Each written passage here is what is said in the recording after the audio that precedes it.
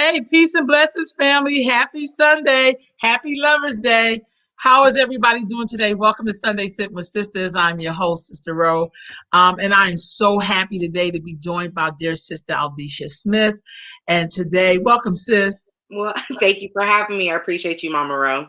So thank you. I'm so excited because today we're going to talk about infant mortality. And it's interesting because we're here on so-called Lovers Day, and it's going to be a lot of baby making today.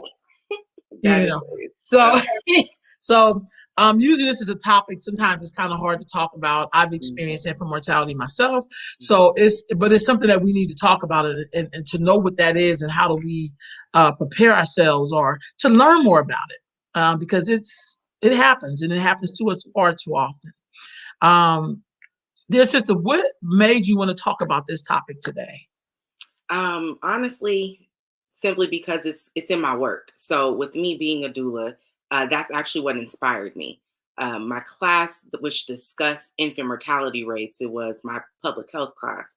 It focused more on the rates of everybody. But when you look at the numbers, I'm like, well, maybe we should focus on certain different demographics because not everybody is fully affected by these rates or are adding up to these numbers. The numbers that are actually adding up to this being or becoming such a subtopic within maternal and infancy is because of African Americans. That's why it became such a subtopic or a topic to discuss because they noticed that our children were more likely not to live past the first year of birth, and that didn't sit well with me. But that also go into the arena of women not being heard when they're in labor or giving birth, especially Black women. We're not listened to as far as our pain tolerance. So all of that in a nutshell is what made me so interested in this topic, as well as me being a doula. So the infant mortality rates is what shook me. And then I'm like, okay, well, what can I do to make sure we're not having this? How can we educate and assist our sisters in understanding that, it's all within the first process of conceiving until you push. And even after that, that first year is very crucial. How do we actually educate and continue to band together and support those moms? So let's back up for a minute because most people may not even know what infant mortality is. I know when I first learned about it, I was 18 years old and I went to work for an organization called the Birthing Project, which was designed. It was started by Catherine Hall. She was a fiscal administrator at the state of California, and she noticed, and this was also when crack epidemic was raging at the time, and she really didn't understand why we were spending so much money on trying to keep babies alive that really wouldn't make it. And so she got the idea, like a Black woman would, is to gather up some of her sisters and try to match up these pregnant women with a community volunteer that they then deemed called Sister Friends. And so that really helped in terms of that social support because it didn't just by if you had money, if you had more education.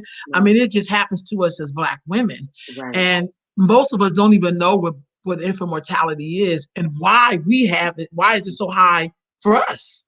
So could you tell us a little bit what infant mortality is? Definitely. So infant mortality is the rate or is statistically proven as to be the rate of when a baby does not live in some states past the first or second year of birth.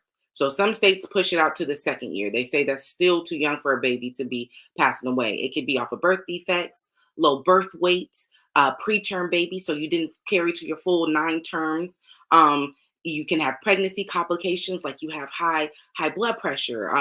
You have blood sugar issues, so you're also a diabetic, and sudden infant death syndrome. So you can definitely just have your baby just not make it or properly not allowing them to sleep in certain areas. And then there's some parents that were just not equipped already. So injuries. So we don't like to talk about those, but there's some moms, I'm sorry, or some parents that, instead of giving their baby up for adoption, they try, but end up injuring or harming their child all in the end. So that rate comes from your baby dying within the first or second year, within the first 1 to 2 years off of those different things that I just listed. So birth defects, low birth weight, pregnant complications, all of those factor into infant mortality rate with those specific areas. So what do you think some of the factors are in our babies dying? Because our babies die 2 to 3 times higher, depending on where you are in the country, other children, period. So it's not an up color issue that we love to throw out, but they're specifically happening to Black women. Mm-hmm. What do you think some of those factors are or barriers, and why it's so high with Black women?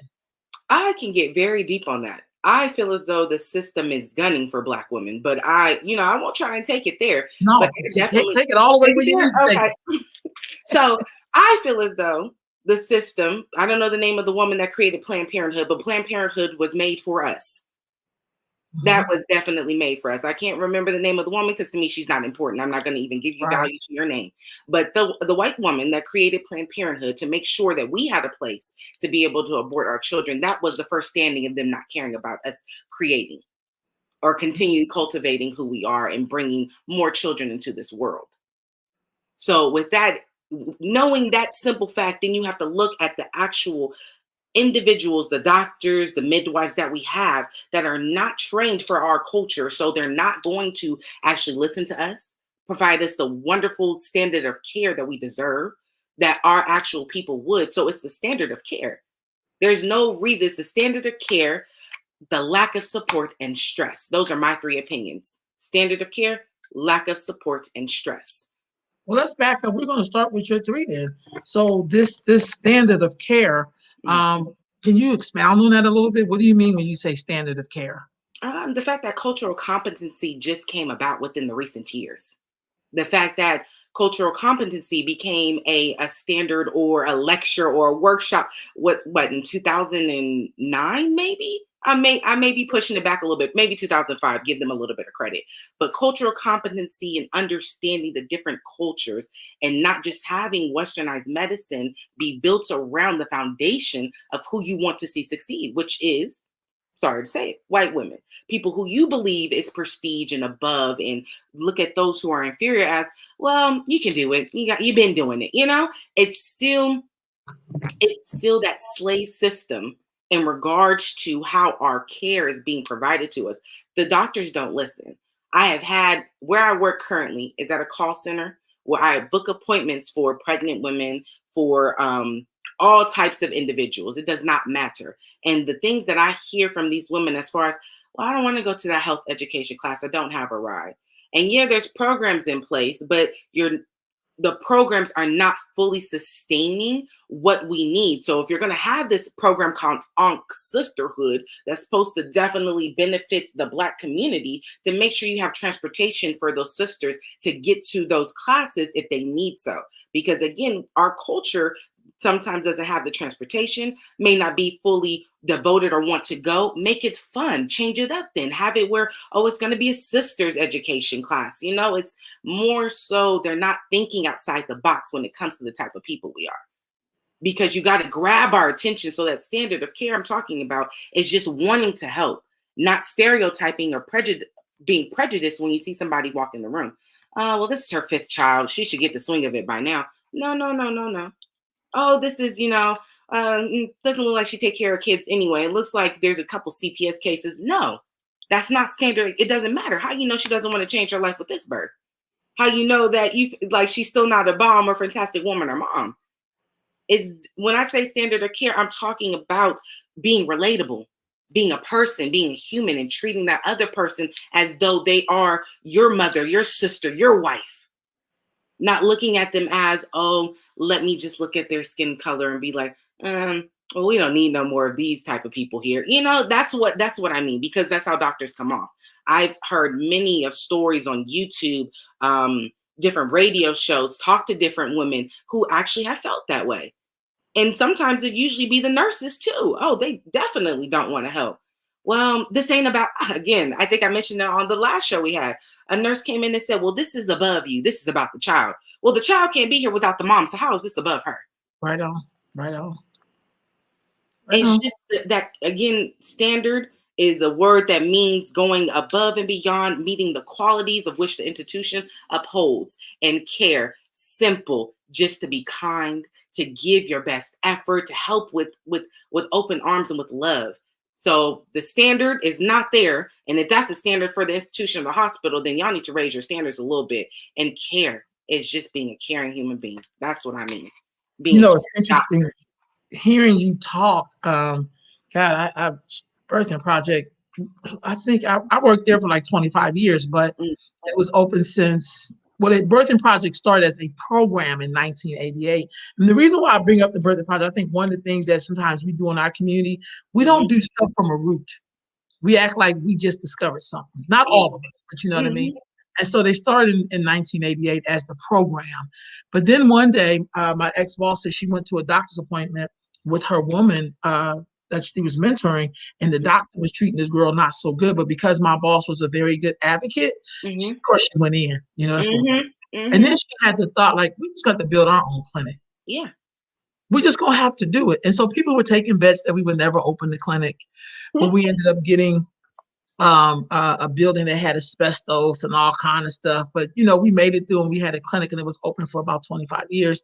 But as always, we struggle with legacy building as Black people. Mhm, How do we mhm, pass things on? But I also think if you knew the history of this country, we can never rely on the people who've been trying to get rid of us to take care of us. And so for me, it's always like, what do we do as Black folks? Because you know what I really don't like? I hate it when people, you know, um, see a Black woman that's pregnant. And I've experienced this with Black folks. And I think for me, the way my brain is wired, I don't give a mhm. damn about what white people is doing. I don't care nothing about what they're doing. I'm just gonna be Okay. honest with you. I will check them, don't get it twisted, but Mhm. I don't expect for them to be fair, or I just don't Right. expect. Or understand. So Yeah, right. So, but do they need to? Because they getting paid. yeah. That's my tax dollars. So I'm saying that. But what I'm saying is, I hate it in our community when somebody says, "Oh, I'm pregnant," and one of the responses would be, "Again," or because all of that is energy. Like when I see somebody's pregnant, I get excited. Like, "Oh my Mhm. God, what you gonna have? Oh, how you feeling?" Right. Like it's you supposed to act like she carrying Jesus. That's what you do. Okay. Right. That's how you're Basically. supposed to act. And I Mhm. don't care if she's homeless. I don't care what her situation is. You Mhm. know, we should be acting like that's another one of us coming. We should Uh-huh. be hyped to the, like, Okay. man, what you need, sis? Like Right. that's what you're supposed to be floating on the cloud when you're pregnant to me. Yes. You're supposed to be feeling so good because if we really understood what it took for you to even conceive against all of the stresses. I remember once being a part of a study at the Birthing Project where they looked at Black women from other countries Okay. than African American women. Yeah. And the women from other countries' infant mortality rate wasn't as high until they got here. Mhm. And so you have to factor what's the difference between you squatting by a tree or wherever you live at, Mhm. in your other countries Mhm. to have a good birth outcome. But when you come here, immediately you're met with something else different, which makes your infant mortality go up. Mhm. And so I think a big part of it definitely is always racism. Mhm. But I think there's some things that we can do. So for me, when I'm going to the doctors and a Black person steps into the room for my care, I Mhm. immediately feel a little better. Like, Mhm. you know what, sis? And then when they talk to me like they know who I am, Yes. I feel good about it. Okay. That's You that. know what I mean? And so I'll be like, Mhm. oh, because I've had a few Black OBGYN doctors who were so solid, and then I could be solid with them. Like, let me tell you what's Right. going on with me for real. Because they'd Okay. be like, are you stressed? Are you? And I'll be like, yeah, I kind of, because they Yeah. can feel that. And I Mhm. think all of that adds to your value of life. And Yes. I think we struggle with that. Mhm. We struggle with people seeing us and seeing the value of us. And that's why I said lack of support was my second. Yeah, lack Yeah. of support. Lack of support. So I know there's a lot of doulas, there's a lot of midwives, there's a lot of what they call birth workers. Um, Mhm. I'm not sure if those are doulas as well because I think people have different ways. They Yeah. put them together. So when they say Okay. birth worker, they're usually like they have like more than one under their belt. So then they have like a doula. They're working to become a midwife and they're a lactation consultant. So they literally focus just on birth. They are a birth worker. Mm, And even with that, like a lot of my friends are midwives. Some of my best friends are midwives. mm, Shout out to Asatu and Javon Muhammad. But I also know to be a midwife, you need some other kind of support because you don't see a lot of us in those programs because you have to have a support system to get through that. yes. Like to go to births and then take that time off Yeah. to do that kind of work. And so, how do you think we can support Black women and girls when they're pregnant like that? I'm saying girls because we still got our babies We having do. babies. But how do we support them? First, we support each other. So first, we as Black women who are birth workers, who are light workers and doulas and midwives, we band together. You know how they have the green book? We need a doula or a birth worker book. We need a Right. birth worker book so that we can have those, because I was actually in a Clubhouse conversation, because Clubhouse is this new. Oh, girl, Oh yeah, I know all about it. okay, I've been okay. up all night, child. I was up till 1 o'clock in the morning. I'm like, I'm getting off this thing. Stop it. I'm going to go to bed. Okay. Sorry, go ahead. No, but that's really I how love it is. Clubhouse. I love It's Clubhouse. like, it's like having guests at your house, but you could just put it, Just you can take yourself out the room. right. Sorry. No, you're okay. But I was in this Clubhouse conversation. One of my mentors, Brittany Curry. She's amazing, a wonderful doula out in North Carolina. She's currently building her home again with all her children. She's always into home birth. Yeah, that's my girl. Shout out to Brittany Curry. So she had this conversation because she's currently going through midwife school. And she basically just had individuals who were taking different routes. I think one is like an LPN, where you can actually you don't have to do the nursing or do the 2 years before going into the midwife program, all of that stuff. And so they were just talking about how hard it is to actually find somebody to deliver or get their births with, because it's just so many women who are not us.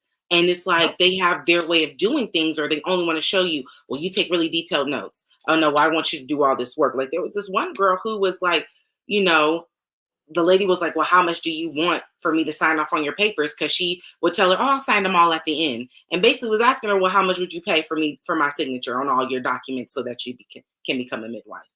So it's like we get into these pushbacks with these individuals who don't want to see us within their programs. So I believe in order for us to support the individuals that are having babies, or sisters that are pregnant, our young sisters who get pregnant, we need to first support each other. We need a book or some type of source where we can go to and be like, well, you're thinking about practicing here. Well, I know of this sister here and she's currently taking clients. Or I know of this sister here and she's currently taking clients. Like we need to get more, I think, in the spirit of, like you said, opening our own. So not looking for those who are working in hospitals, who are working at certain institutions, but those who have started and got it out the mud and have their little LLC or have their little business in a little small knit place downtown. We need to start supporting each other as Black women opening these businesses, because that's my goal. I want to open me a wonderful birthing house and I want it to be built just like a house, where it's ramps so we can go upstairs. The rooms are massive. They're master bedrooms. There's big tubs. There's little areas downstairs. There's a kitchen in case so somebody can teach you how to cook and juice for your child. I want something where it's back to what we originally were doing. Having that support. Well, today's just been hard and he's not listening, or I don't know what to do with this because my mom doesn't well, here, go talk to, I think I have a community member right here that can talk to you and let you know. That's what we need to start doing. We need to get back to not the basics, but back to our foundation of being in support of one another. We're not in competition. If we get the competition out the way and look at it as to what it is, we are people of color who everybody else is in competition with. We don't need to be in competition with each other. Right. So we know historically that the other thing is that, because to me, I'm always a root person. We know that historically Black women have always been midwives helping babies to get here when it wasn't fashionable. Okay. We already, I mean, at least some of us know. I'm convinced sometimes that some of us don't know anything, but a lot of us do know that, there's always been Black granny midwives. I mean, that's what they're calling them now. But I also think when you build something, you got to have somewhat of a structure or a foundation. If you will.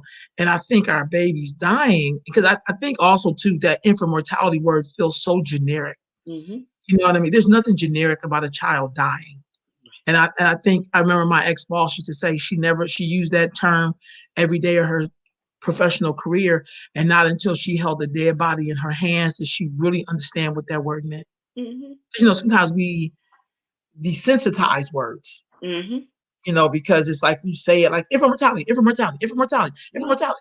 But also dead Black babies are big businesses for people because it means nothing to them because it's not their child dying. You know what I mean? Or sometimes I feel like we got to dig deeper if we want to make sure there's generations to come for us. Yeah.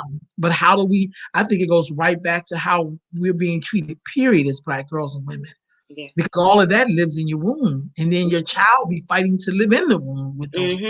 Like we have more fibroids, or I remember being in the clinic and always treating women for the same STDs that they got from their significant other, and every time they would come in, we were like, and then sometimes we would treat him because if we don't treat him, she's gonna get it again, and that's why there has to be some kind of merging in there. Because she is attached to a man because that's how she got here. I mean, that's how she came to us pregnant. Right. But I think we do this compartmentalizing with infant mortality, and we're like, we just gotta do something with the mama to save the baby. But it's so much bigger than just saving the baby because the baby has to come in the vessel. So the vessel gotta be. It's like me sleeping in a dirty ass bed and wondering why. You know what I'm saying? I got bug bites. Yeah, you know what I mean. And so I just feel like it's such a bigger discussion of what we can do to lower that infant mortality rate. And I really believe even when we were enslaved in this country, that there's a way that we still welcome life. Even though we didn't have much to give, the way people think of it. Like you said, we celebrated it so big. Like it's the joy because I did the same thing. I see somebody, I'm like, oh my goodness, do you mind if oh wow, do you know what you're having? Like, that's me. I'd be excited. I'm like, another one. Okay, cool. But the person that I won't say idolize, but that I definitely look up to is Biddy Mason. With everything that she's done. And that's why I'm like, that's my foundation of the history. So when I say I want to open something, just because I know that's the steps that came before me. Like you can't tell me somebody who's able to collect and put on down a strip in LA. Come on now. The first Black woman to have a strip in LA and also be somebody that's bringing people into this. Okay. Well, then since I'm from this same land, can you rub off on me? Touch my feet, sister. Let me walk barefoot real quick so I can feel that, because that's where I'm coming from. So when I'm looking at did she walk from with her owners because she was, to California? I mean, yep. So that's all I'm like, walk with her owners for that freedom, and it's just like, and then like, here you go, and she's like, oh, this is what I'm gonna do with it. If you want to talk about flipping something, this is how you flip something. You know what I'm saying? If you really want to talk about flipping, that's how you flip and maneuver, and you do it for your people, and that's what like. I don't do it just to say, oh, I did this or, accolades. I do it because I see there's a disconnect. That's where the disconnect started as far as Black families. Again, if we want to go back, we want to go back. They disconnected us. So I want to bring us back together. But if I do, in my opinion, in order to do that, I want to make sure the woman is whole. So then, because, men will follow. Men will follow. It's just, are you whole? Okay, cool. Watch. Well, then maneuver this way and let's see how he comes with you. And see how you can bring him once you become whole, Right on. I'm right there with you, sis. Do you think how do I phrase this? I'm talking to you. It's like I'm thinking it's when you get older and time rolls by, you're like, we doing the same shit. We in the same. That's what it kind of feels like. Yeah. So I remember my ex-boss saying, when you look at Black women's health around mortality or maternal or whatever, there's always a white woman that's over it. For us, how do you feel when you see that? Whether if it's first five or, do you think there needs to be a shift in who's in control of whose stuff? Yes. Yeah, I'm trying to say it in a nice way because I don't want white people always think, but what about me? It's like, dude, slavery was all about you feeling okay with yourself. Okay. At the expense of other people. Okay. Right. But what do you think about that? It bothers me, especially when it's older white women. I'm just like, how old are you? Are you 60? Ain't nobody not like that, but I'm just saying, like, no, I get you. You got some, like, can we get somebody that's a little bit more, maybe 40? And even then I'm just like, well, you're doing it just to like get extra, in my eyes. Is that extra grant money you're looking for? Like, I feel like there's always something underlying with that. And then again, is it are you really hoping that the program is successful, or are you just doing it again for show? So that's how I look at it, because I'm like, history shows us that you don't really care. So now I want to know, all right, is this for show? Do you really enjoy doing this? So now I'm gonna ask you all the questions and be like, oh, okay, well, how many mothers have you helped out personally yourself? Or, oh, well, that's not my line of work. Well, it needs to be somebody who actually has done the work, needs to be there. Mhm. You know, I want somebody that's actually done the work to be sitting in the seat, to be given the cause and direction, because then they know how it's supposed to be maneuvered and calculated and, you know, tasked out. I don't care for it. I'm not, again, I'm, what did Issa Rae say? I'm rooting for everybody Black. So I would prefer everybody that is people of color. I'll take somebody that's Latino. I'll take a Native American. I will take an Arab. I'm not sure if that's the correct term for it. Excuse me if it's not, but I will take somebody that is a descendant of color, preferably over anybody that's white. Right on. So, no, I agree with you. I think what I'm getting at, and this is what I learned from my ex boss. I learned a lot of things from her, Mm, but she used to always say, like, white women sometimes they get to have certain privileges because mhm, their man think that they deserve to be in that spot. mhm, Now, sometimes it feel like we don't get that from our counterpart. mhm.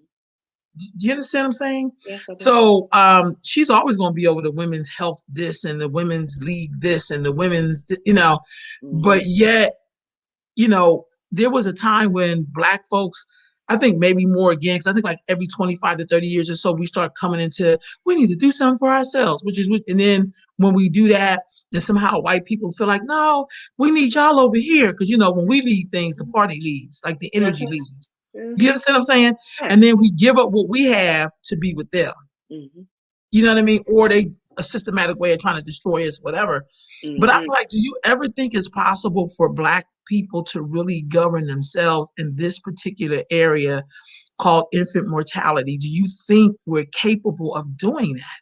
Of basically saving ourselves?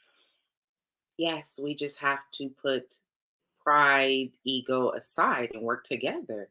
But again, like I said, like you said, the root of things. We like talking about root. I love going back into history.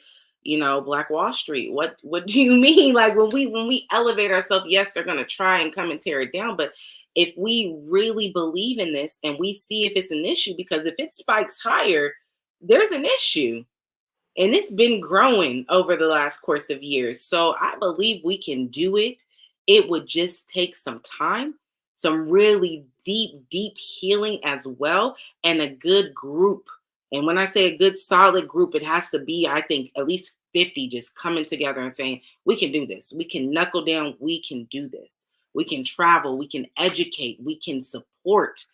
We can teach about stress. We can teach about the importance of life, the importance of being a mom, the importance of being a wife, a lover, because all of those encompass the importance of family.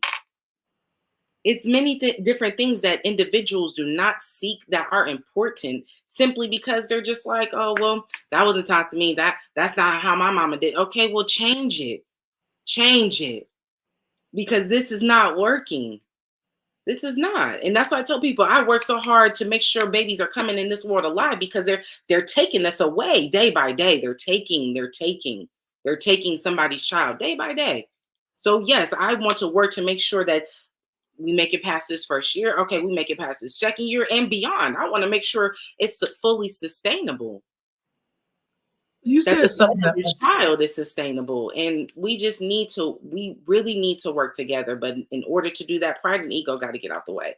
You got to say, hey, I don't know that. Don't mind being educated, listen to elders. Don't mind getting wisdom from somebody who's probably younger, just because they Mhm. are very dedicated and devoted. So they study and study and study. I have no problem saying, I have no idea what that is. Teach me. Some Right people on. don't like that, especially when they're like, "Oh, I've been doing this for what do?" Okay, well, do you know this? Oh no, what's that? You know, it's like, or Right people who on. aren't even in it. Oh, well, I did this. Oh, did you? Well, that sounds like you know something about it. Would you be interested? You know, you never know by just giving somebody kudos on the information and knowledge they have. Just bring it in. It's team effort. It's a team Right effort. on. So you said something. We're gonna back up just a little bit. The Yes. importance of family. Let's start right there. Mm-hmm. So in your perfect will, sister, Mm-hmm. how would you recommend for Black girls in particular? Mm-hmm. How can we start to teach them or groom them or nurture them and really care? Because your what's to say your our life expectancy for our life expectancy really depends on how we treat it, even like from the womb forward. Mm-hmm. So if you come into the world and you happen to fight just to come into the world, Mm-hmm. that's one thing. But then once they're here, what are things we can do to improve things for girls Mm-hmm. and their development?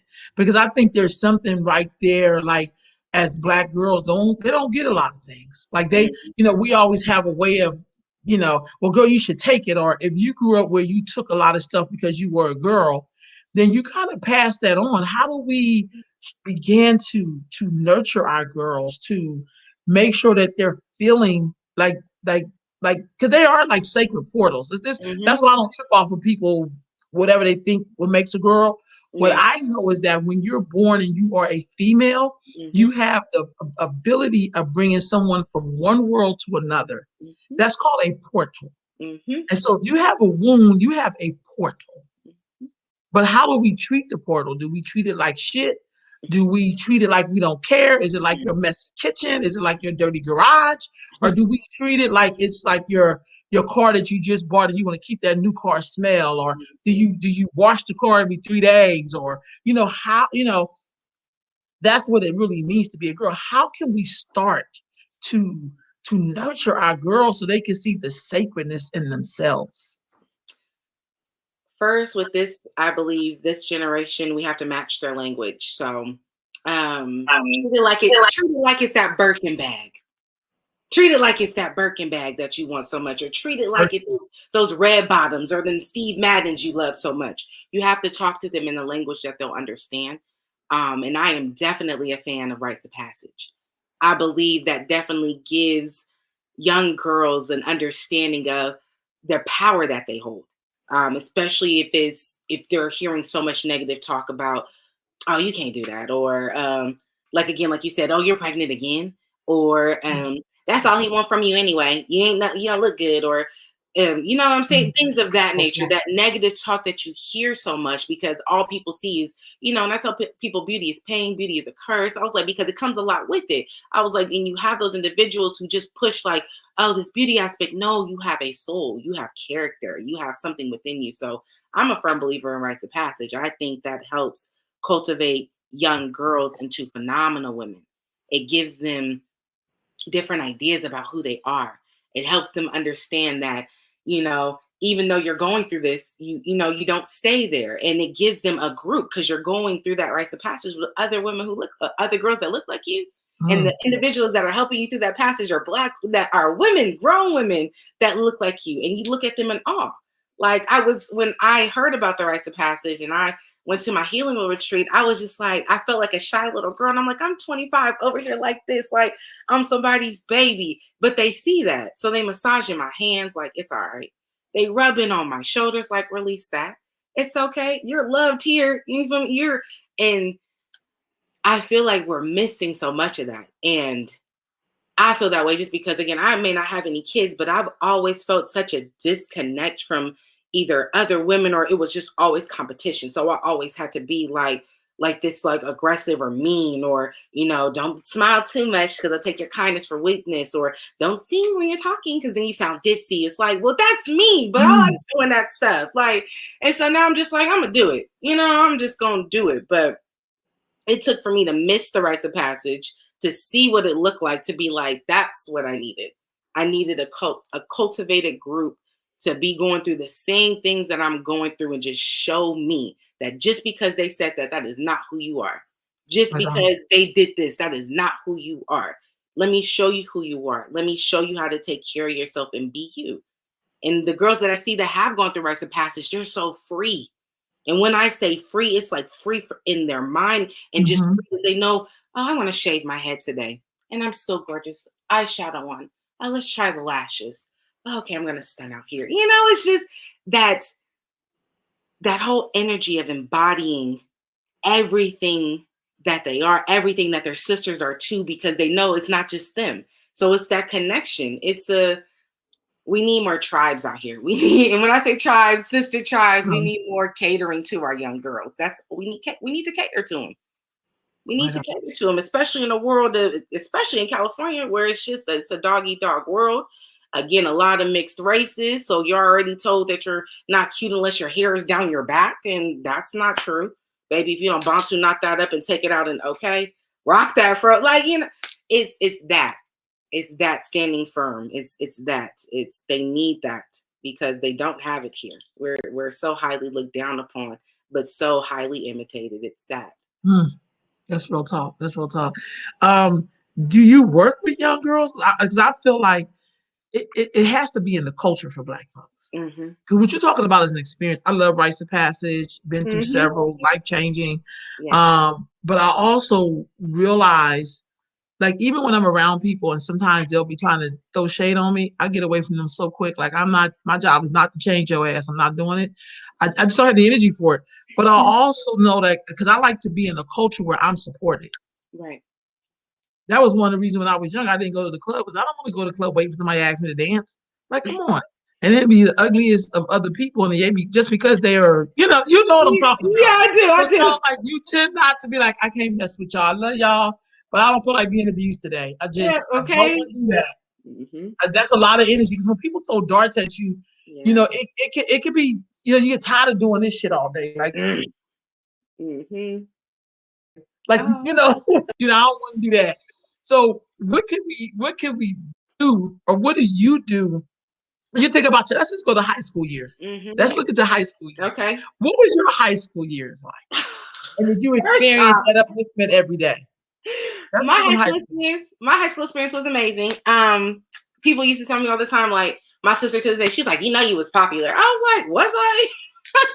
But no, my high school experience was amazing. But that's because I didn't know who I was, but I knew who I was. And it's a cold world. I hate to say that, but I had my girls. Like, again, my mom and my papa didn't want me to be big, so I walked 5 miles every day. So 2.5 to school, 2.5 from home, depending on if my mama wanted to pick me up. And so I always had my troop. Everybody know when we came to school because we were always 7, sometimes 10 deep. So like it would be me. I would go pick up my homegirl Russia.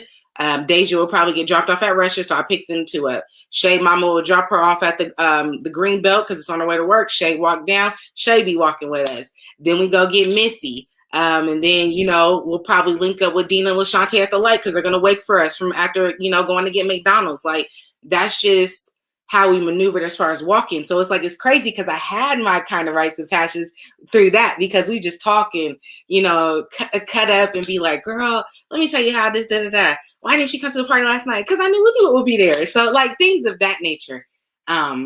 But we always held each other down. We went to Girl Scout meetings, and then I'm the one that's hecka active. So my friends tell me all the time, you're the one that kept us involved, because that was me. My mom wanted me to go to school or college, which I did. And so I'm in BSU on the step team. What else? Key Club. So my friends be like, I need community service to graduate. Oh, Key Club has this event. You want to ride with me this weekend? What else did I do? I played softball. You know, and then Girl Scouts came about. And, you know, they like that because it's like, a black face or like, you know, a black woman, we could do this. So, you know, they would come and that was our getaway. Like we had sleepovers. I still got pictures. Like I'm at my auntie's house now. I could probably pull up some, but that was my experience. You know, it was, I already had my tribe. And then I had the, you know, the Tongans that was cool with me. And, you know, the Asians call me they gangsta, like, oh, my gangsta girl. Like my other hood friends would call me bougetto because in class they was like, she bougie, don't talk to her, she getting her work done. But outside of class, oh, there she go, ghetto. Like, so and I tell people it's crazy. I talk about duality so much now, but I was practicing that so much in high school because I'm like, I know how to maneuver in any room I step into. My tone may not be this way, may be this way in a room full of black people, but the moment if you see me in a boardroom and you hear my tone change, that does not mean I'm changing up. It just means I'm positioning myself for the environment. You know what I'm saying? So high school for me was definitely it was my girls. That's all I tell people all the time. My girls, my girls, my girls. Russia, Deja, Missy, Lashante, Dina, Zakia, like Shay. What So school did you many. go to? I went to Monterey Trail High School. Okay, Monterey Yeah. Trails. And I was like, but before it, changed to whatever it is now, because I go back, I'm like, I don't see no Black kids. Okay, I don't want to mentor here then. You know what I'm saying? So it's changed over the years. But when I say it was full of us, it was full of us. Like, the boys are still crazy. So in the midst of all of that, which you Mm-hmm. shared, at any time did y'all ever talk about pregnancy or infant mortality or your No, womb being sacred? no, we didn't know none of that. We didn't know anything about that. We weren't thinking about having kids. If we, I think at least, one of my homegirls was a virgin, and the rest of us was just, we wasn't willy-nilly like that. We wasn't fast, or we like to party, so we like to have fun, but we wasn't thinking about nothing like that. And it wasn't a conversation that was talked about, Right. Sometimes even ask my mom, I was like, well, Mom, when did you have a conversation with me about making sure, this thing get to nobody and stuff like that? And because I'm like, I don't even remember like the conversations being fully heavy in my own home. But again, my mom worked 2 or 3 jobs. So when can she have the conversation to say, make sure you take care of that, make sure you treat that right? And like, did she know? You know what I'm saying? Or, does she know? And I'm not mad at her for that. I'm not mad at nobody. Time and the things that we have to do in order to survive, that sometimes takes away from what we should really be teaching our kids. And that's why I'm probably so bent on homeschooling, just for that reason.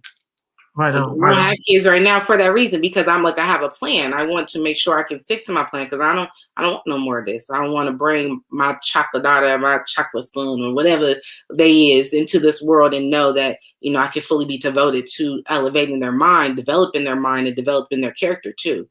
Because sometimes, people aren't so dedicated to their kids that they can develop and become other people's kids or other people, because, they're going out and being around their friends and so much. So I want to make sure they have a firm, steady foundation with me. So when they go out, they won't falter, shake, or wither, or change it to a different direction. Right on. Right on. I brought up the thing about the wound and that as a part of the conversation, because it's not like only talk about it when you're pregnant or you're sexually active, but it's something very sacred about that. And I think sometimes that very thing that make us female, we don't look at it unless we need it or something is happening to it. Yeah. You know what I'm saying? So that's why we start using other words to describe what it is instead of saying its name. You know what I mean? Like, I don't know. I just feel like we need to figure out somehow how to introduce that. Because if something, like, say, for instance, this is no disrespect. Say if there was a boy, he wanted to be a girl, immediately we would make room for him to feel like a her. But we do not do that with Black girls. We really do not. We do not make space for her to be her. You know what I mean? We never explain to them what it really means to be a carrier. That it don't mean that you have to be sexually active or it's a bad thing or traumatic, but it's like you're carrying a womb, baby. So you like to. I think we have to normalize that. The same way we do when we get our hair done, and the things that we think are beautiful or the things we put value on, we have to put value on that. Yeah. And so that's why I say come and talk to the sisters as they would understand, like if we're talking to them, like, well, treat it like it's that Birkin bag you want so much. Like, they love to dance and twerk. So, all right, while you're doing that, hold on to this space right here. How can you do that like that? Like, not to, gyrate on camera, but that's like, again, Mama Nia, good to see you and have you. But yes, talking to our Black children in urban communities is definitely important. And I'm speaking of everything that Mama Nia and her sisters talk about so heavily, is in regards to, are you centered within that piece? Are you, you can do all that, but do you know where it's coming from? Do you know where that movement is coming from? So make it something, in my opinion, that's interesting to this generation. They like to dance. They like to make TikTok videos. Well, can you do one that says, I have a womb. It creates this. It creates this. Make it interesting for the kids nowadays. And that's what I'm not a mentor yet, but I'm working on it. So I've reached out to somebody in the community. He mentors Black boys. And I was like, can you connect me with somebody? Because I'm ready to talk to the girls out here. I was like, because there's a girl in my neighborhood who skates, and she seen me skate, and she was like, you know how to skate? I was like, no, I'm 27 and it left me. Can you teach me? And I talked to her now and she's like, hey, Deisha. I'm like, hey, Kiki. And that's all it takes. Sometimes you got to meet people where they're at, talk to them how it is, again, familiar, going back to that standard of care. So if you can come to me in that familiar place, then I know I can trust you. The trust has been broken. Because it's like, if I can't trust my home, which a lot of girls can't trust their home environment, where can I or who can I trust to besides myself? Or then I have to trust somebody on the street that I'm meeting. So, you know, I only said I'm just always interested in the normalizations. I think as people get old, everything you're saying is something that somebody said 30 years ago, somebody said 6 years. This generation is always this generation. How do we normalize things so that it makes it through all of the generations? You know what I mean? Like teen pregnancy, we've been having babies since the slavery as teenagers. So we've always had teen pregnancy. Right. You know, gang violence, let's be honest, there's been gang violence at least since the 60s forward. You see what I'm saying? And that's like more than 60, 70 years ago now. So we've always had these, what I'm always concerned with, how do we normalize the sacredness of the womb? Because I think that would impact infant mortality. It would. I think that's one way we can kick his ass. Because I'm not depending on white people to come up with some program called culture broker. And it's like, well, who the hell came up with that? Like, we're not cowboys. You don't broker black people. See, that itself is offensive, but that's just me. Because culturally brokering, I mean, come on, like, listen to the word. Why can't we have something soft like Latinos have when they have a word that means this person's going to help you through your pregnancy? Why we don't have one like that? Why you let somebody just stamp us with something called cultural brokering? That's because we haven't normalized it in our community. We don't talk about the womb enough. Even when I say the womb or having conversations about it, and definitely have a conversation on their level. We just have to. We have to make it normal conversation at the kitchen table. It's just a conversation in the home, like, yeah, so I'm doing this for my womb this week. And so that's just how I talk now. Ever since our last conversation, I'm like, because I'm tired of cervix and this is just not a vagina. So for my womb today, I'm doing a young me's theme. For my womb today, I'm going to my dance class. For my womb today, I'm going on a walk because she needs to get some light. She wants to sit and ground. You know, for my womb today, this is what I'm doing. It needs to become like, that conversation. And even at the doctor's office, they can say, well, we have to wait for this. I was like, well, yeah, I've been working on my womb and doing this for her and stuff like that, And even if they look at you like type of sideways, continue your conversation. They'll pick up what you're talking about in a minute. They'll get it if they really are, a doctor like they say they is, because womb is used interchangeably within textbooks as well. So it's used, but they like the cervix and vagina more. Yeah. But we have to actually start speaking on it within our own communities. That's why I'm like, if I get a bunch of girls, they're going to know what a womb is, because I'm going to make sure this is how you take care of that. Your center. Well, what do you mean by that? Well, let's skate and talk about it. Or let's take a walk. Y'all want to go out where y'all going this weekend? All right, I'll take you, but you're going to listen to me while I talk in this car. Right on. And the reason why I said that is that I think then as that woman or girl, has a child, it would mean something very different. It's not like I'm pregnant. It's more like I'm with child. There's a different energy on it. I mean, I don't care what generation you're from. There's a different thing when you feel like, like, wow, like I'm saying, did you feel your baby move? Like, I just be like, oh my God, are you hungry? Like, I just be like, this is so awesome. And sometimes the person be feel like it don't feel awesome because they got all this other stuff going on. Yeah. But it means something when we treat everybody like they marry. That's the best way I can put it. You know what I mean? It's kind of like, it's just very different. And so what you're talking about in terms of having that relationship with your womb, I just feel like, even though it doesn't stop racism, it doesn't stop poor care, you know what I mean? But there is something about, what I know about Black women is that the spirit of, when we're determined that you're going to make it, you're going to make it. Yes. Okay. You understand what I'm saying? There is something that you can't deny it. So I want Black women to feel like we need whatever you bringing forward. Okay. And it is our job as a community that the baby gets here. That part. That's our whole duty. Because that was our duty before. So Yeah. that's still our duty now. That was our duty before, and that's still our duty now. Somebody could be so mad at you, and you say you're pregnant, they'd be like, oh, but after that baby, man, you're gonna have some words. But right now, what you need? You know what I mean? Because that's what we do. It's like, I'm mad at you, but the baby, so that's your saving grace, girl. We got the baby's coming. We gotta make sure you. I mean, there was a time where I think that's all we had. Right. Like to lift us up in that moment, the blessings and the hope of a new life coming, maybe to see things we never gonna see. Like that's what we've always had. But I feel like we can't wait for these other people to save us because they're not going to do it. I think when they look at Black people, and I'm just being very honest, if you were a descendant of people who were enslaved, they look at like this is some evidence of a bad crime. Nobody wants to see that coming. Like, man, don't bring that shit back up. So every time they see us, it comes back up for them. Yeah. Because they're like, we still here, boo. Right. But they brought it upon themselves, so it's like you asked for it, didn't you? Yeah, but we're here because we're the bomb. I want us to. I don't know. I look at infant mortality and I just feel like, damn, like we 35 years later. I'm speaking for myself, and we still dealing with this issue.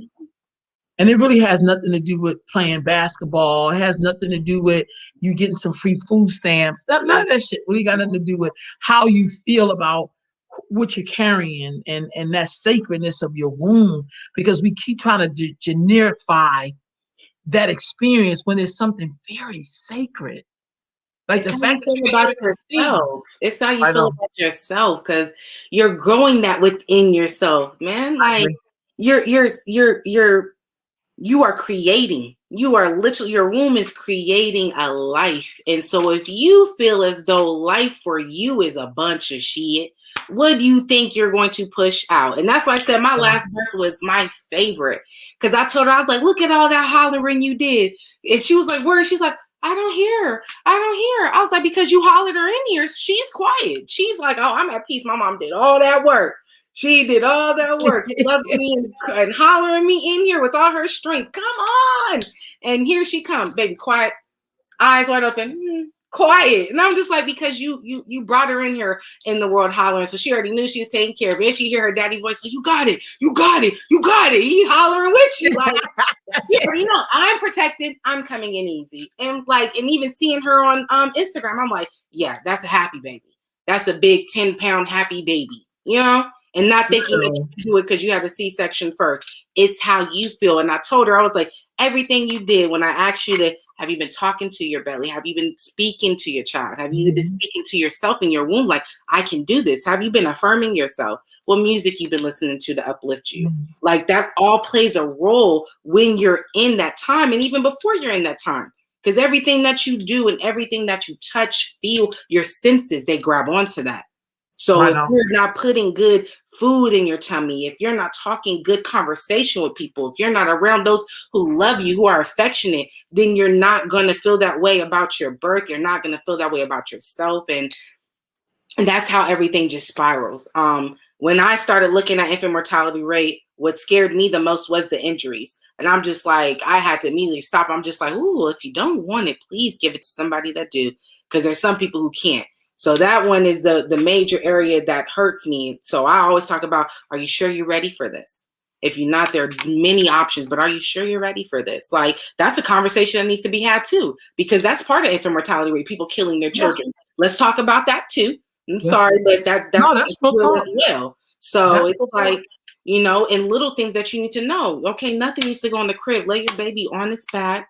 Tummy time is only when you have time to watch them as well. And then I'm like, and even mom nowadays don't know about tummy time. I'm like, that's how you want your baby to pick up his head and look at you. You know, that's how you get the motor skills functioning. Like, you gotta, and some women may not have the time because the jobs they work, but you gotta make time for something as important as that.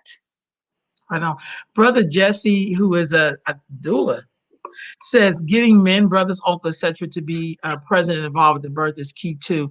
Most of the clients I work with birth alone. That is so true. And you know, one of the favorite births I've ever been to, I went to a home birth with my homegirl Javon and Satu at this couple's house, and it was such a beautiful birth. But what was amazing to me is that when the baby came out, they laid the baby on the father because they had to clean the mom up. And the baby, it was just so beautiful. So he was right there. Yeah. Like, I mean, the dad was like, you know, they were all in the bed. It was just so beautiful. Like, it was, I mean, and I also think at some point we have to figure out how to have this conversation around infant mortality with boys and men. Yes. So I'm not leaving them out at all. I always feel like, who the first person I got to talk to me is going to be the girls. But I also know boys need to get that too, and men, because hopefully one day boys will grow up to be men who have children. You know what I mean? Or maybe they can educate other boys and men who don't know. But they gotta know about it too, because I think there's key when you feel supported. That's why it takes the two of you to create it. To have to create that being. So I definitely think we definitely got to talk about that. But I'm right there with you. Yes, definitely. Correct mom in the turn those negative thoughts into positive always. But I'm all for that. That's why I love when they be like, I'm like, is your baby, excuse me, I was like, is the father of your child coming? I start with that. Oh no, my fiance, my husband, or that's just my baby daddy. Okay, well, whatever you want me to call him. Is so can I talk to him? I make sure I interview. I tell them, I'm like, I have to talk to you, but also I have to talk to the father of the child. I want to see where their mind is at so I can know what support you truly need, like, and what other things you need from me. So what aspect of do I need to actually put into? Because if I know there's going to be a man in the room, okay, come watch me. You want to rub her feet like this. You want to make sure you're rolling her like this. Ask her, go check on her real quick and see if she needs any ice or anything. You know, because that helps with that. Again, that's just the birthing experience itself. But actually talking to them like in the middle of developing the child, it's just like, well, where's your head at? How are you feeling about this? Like, are you excited? What's going on? You know, because you got to see like both parties. Like you said, you took the time to create it. You're also going to take this time, these years you're together to raise it as well. So I need to know where you're at in this headspace because she's going to need you. Right now, this time is about her, but it's also about you. That's why postpartum care is so important as well. Because I've read statistics in regards to a lot of marriages falling apart because of postpartum care, like a breastfeeding regimen or all of this, or like, you know, dad wasn't ready or equipped for it. So I'm just like, that's crazy. Like, seriously, after like, but it does get that hectic. So preparing you for, all right, you're going to be tired. You're going to be very tired. Can you adjust your time at work? What can you do to make sure it's balanced? Like, having those conversations are essential for our brothers, our kings, and you feel me, uncles, grandpas, you know, anybody that wants to take care and assist, they got to have those conversations too to understand it's what the mother needs and it's also what the baby needs. So I think we got to normalize that with Black men as well. We got to normalize that. I think for some young people, they didn't really know much about doulas and stuff until Love and Hip Hop person, I can't remember her name, if it was Love and Hip Hop, got pregnant, and she was Jocelyn. And I had girls in my class asking me, like, what is that? And I was like, wow. I said, how you? Oh, Jocelyn got a doula or something. Because I don't watch the show, I don't know. And I was like, wow. Like, she just took a whole bunch of people, you know, on a ride to discover what that is. And maybe that'll be an option for them one day when they have a child. Exactly. Like, to really think about that. Yeah, I'm never mad when celebrities put the good stuff out there. I'm just like, make sure you're doing it in a light that's not trendy. It was trendy because some people make things. I know, but that's why I'm like, sometimes I'm like, it's out there, but is it just going to be trendy now? Or are you going to actually use it for your benefit? You know, and I always give people time to educate. So I'm like, okay, if you got to learn a little further down the line, that's cool. But as long as it's in there, that means it's going to float. And I love people who like to do research because when they research, it gets a little deeper. I'm just like, yes, okay, they're liking it. Yay. So, because I told, again, my last mom, I was like, yeah, do affirmations. Affirmations? I was like, yeah, girl. She was like, I'm going to look that up. Man, she texted me a couple hours later, like, oh, I made this list. And I was like, yeah, excited. Good. Okay. That's I know. So, sis, as we wrap up, thank you, first of all, for joining me today. This is a great conversation. And it's interesting because we talked about infant mortality, but I think it's a whole bunch of other things that you have to talk about in order to really get the idea or the scope of what infant mortality is. And I think sometimes people don't think Black folks are capable of connecting those dots, even though we connect the dots every day.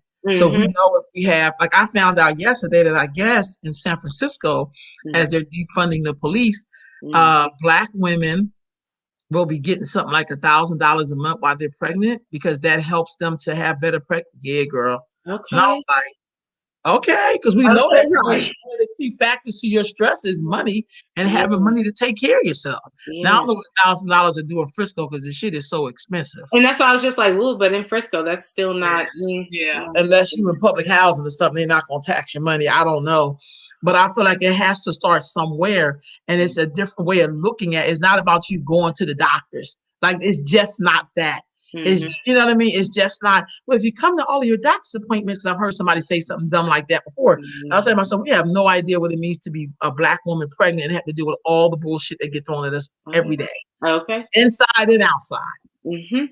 So what would you suggest people can do to educate themselves more about infant mortality? And if a person is pregnant, what can we do what can you say to help them ease how they're feeling? Because that's heavy for you to think about when you're pregnant. Definitely.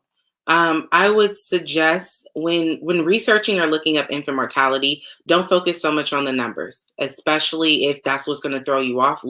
Just read the little excerpts or start with the pure definition and go from there. So once you digest the pure definition of what infant mortality rate is, understand what that is. And I would then just look at the definition and provide your own solutions for that. So think of, well, how can I, instead of being scared about it, well, how can I make sure to prevent this? Let me look at what I'm doing now and how I'm moving in, read different articles on, well, I believe it was because, I worked this hard or was working 2 or 3 jobs. Nobody's telling you to stop working or quit your job, but being more considerate that you're carrying a life now. You're making room for 2. It's 2 of you. It's you, yourself, and then it's the baby. So it's like, just look at the simplicity of infant mortality. Not saying it's a simple thing, but look at the simplicity. Start at the definition, work your way through the causes of that. And then once you have a grasp on that, look at your situation, your surroundings, and say, well, if this can affect this, what causes birth defects? You have to be inquisitive about it. You have to want to know first. You have to want to understand. And once you understand, then you can go with the solutions. Well, I know I have, high blood pressure. And so they're saying that I have to do this or be on this diet. Well, let's see how I can do that.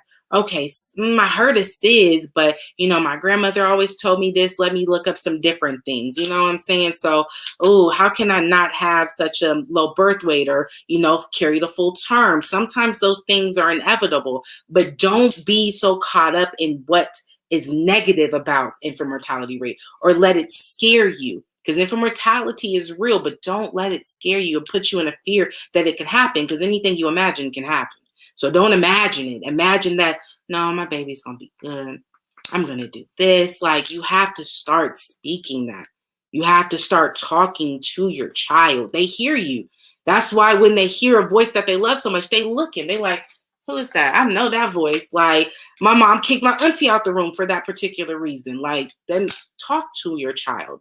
Talk to yourself. Encourage yourself. That's important. But start off small and then work your way into solutions. Start off small. Just read the definition, read the causes, and work your way from there. That's it. Right on. Right on. Thank you, dear sis. I am Thank so you. grateful for joining us on Sunday Sit with Sisters. We talking infant mortality, y'all. She gave us great information. Y'all should be looking this up. Follow up with her. What is your information, dear sis? How can No, people reach you? definitely. Let me see. So you can follow me on Facebook, Aldeisha Thompson Smith. So you should not spell Thompson, THOMPSON.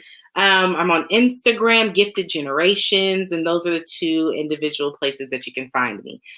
So I'm open and always ready to talk. Yes. Right Thank on. you, Jessie. Appreciate you. So, family, I will be back with you all tomorrow morning at 11 a.m. as we're going to be discussing. This is a special kind of report. So, I guess there was a letter that was sent to the organizers of the Sacramento Women's March. Okay. And some Black women responded with, ain't I a woman? Yes, I am. And we kind of done with y'all. So, the organizer had agreed to come on and talk about what happened and make her apology more public. But also we'll be joined by Dr. Flo and Sister Sonia Lewis. So and we're going to get to the bottom of this because, we talk a lot about solidarity, Right. but when we don't do things that's in solidarity, then, we got to talk about that. That And part. we know historically, Right. we'll end up in places with people, but then they only treat us the way that they men treat us anyway. So Right. we need to talk about that. So I'll see y'all all tomorrow at 11 a.m. Hold on, sis. Let me get us up out of here. Okay. Peace, y'all. Have a good one. Family. And happy Lover's Day. Happy Mother's Day. I love you. Put that heart up there. Oh, yeah, it got to with the nails.